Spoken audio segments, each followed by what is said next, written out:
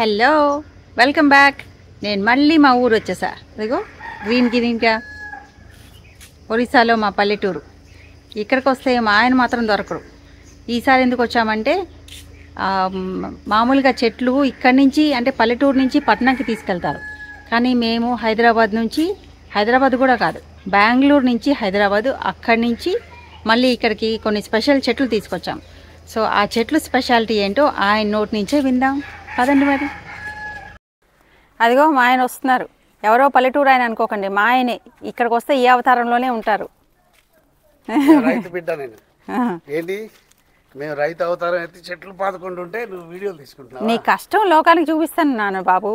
నువ్వేదో suit boot అనుకుంటారు, ఇలాంటి అవతారం తెలియదు కదా అందరికీ. చూపిస్తున్నాను, కష్టపడుతున్నావు కదా పాపం. సరే కానీ ఆ చెట్లు స్పెషాలిటీ ఏంటో చెప్పు. ఈ చెట్ల దీని వెనకాల పెద్ద కథ ఉంది. ఆ పెద్ద కథే కొంచెం మరీ లాక్కుండా షార్ట్గా స్వీట్గా చెప్పు. ఇది పనస చెట్టు. ఇది పనస చెట్టు. ఇది ఎక్కడి నుంచి పట్టుకొచ్చాను తెలుసా? బెంగళూరు నుంచి తెచ్చా. ఇది రేర్ బ్రీడ్. మామూలుగా పనస్తోన్లు పచ్చగా ఉంటాయి, పసుపచ్చగా ఉంటాయి పనస్తోన్లు కదా, కానీ ఇది కాపర్ కలర్లు ఉంటాయి, హైలీ న్యూట్రిషియస్. ఇది కర్ణాటకలో ఏదో మారుమూల ప్రాంతంలో ఒక పల్లెటూరులో ఒక ప్లాంట్ కనిపించింది. పరమేశ్వర్ అని ఎవరో అతను రైతు పెంచాడు. వాళ్ళ నాన్న పేరు సిద్ధు.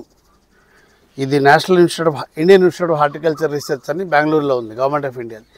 వాళ్ళు గ్రాఫ్టింగ్ చేసి అమ్ముతారు. మనిషికి 2 చెట్లు ఇస్తారు. అక్కడుందా నీకెలా తెలుసు ఇంత స్పెషల్ చెట్టు అంటే ఒక్కటే ఉంది? అందుకే పొద్దున్న లేస్తే న్యూస్ పేపర్ చదవాలంట.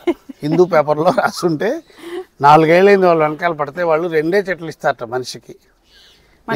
తీసుకొచ్చావు? సేల్స్ మ్యాన్ కదా నేను, కొంచెం వాళ్ళని అందరినీ కన్విన్స్ చేసి మా ఊరు పట్టుకెళ్తానంటే 6 ఇచ్చారు. 6 చెట్లు పట్టుకొచ్చాను. ఇప్పుడు ఇక్కడ మన ఇంటి దగ్గర పాతాం. ఇక్కడ 3 వేస్తాం, గార్డెన్లో మరో 3 వేస్తాం. ఇది కాసేసరికి 4 ఏళ్ళు పడుతుంది. Hopefully we're there around that time. పండు తినడానికైనా బతుకుదామా? సరే, మళ్ళీ ఇక్కడికే వచ్చి ఈ గోడ మీద ఇలా కూర్చుని మీ వ్యూవర్స్కి ఇగో ఇక్కడ పనసతనలు తింటున్నామని స్టోరీ చెప్తాం. ఓకే రాజు, ఆ గోడ మీద ఎలాగో ఎగిరి దూకు కూర్చుని నీ స్ట్రెంత్ చూపించావు, కానీ ముసలోడు అయినా ఆ గోడ స్పెషాలిటీ కథ కూడా చెప్పు. విలేజ్ కిక్కే వేరు విజయ. ఉప్మా, పెసరట్టు, పాత సినిమా పాటలు వింటే అసలు కిక్కే వేరు. ఈ గోడ మా తాతగారు ఇక్కడ ఇల్లు ఉండేది గతంలో, 100 ఇయర్స్ బ్యాక్ ఎప్పుడో కట్టిన ఇల్లు. ఆ ఇల్లు అంతా పడిపోయి ఇప్పుడు వేరేగా కట్టాం కదా. చిన్న గోడ మిగిలింది కిందకి, పునాదులు. ఇది మా పెద్దన్న ఏమో ఇది ఆయన మెమరీ కోసం ఈ గోడ రెస్టోర్ చేసి, గోడ రెస్టోర్డ్ అనమాట. ఇది ఓల్డ్ హిస్టారికల్ వాల్ అనమాట, వాల్ ఆఫ్ ఫేమ్. అందుకే దీని మీద దూకి మా తాతను కలిసినంత సంతోషంగా ఉంది మీరు ఎక్కితే. ఇద్దరం పైకి వెళ్ళి కలుద్దాంలే తర్వాత. ముందు పనస్తోన్లు తినాలిగా, 4 ఏళ్ళు ఆగి వెళ్దాం.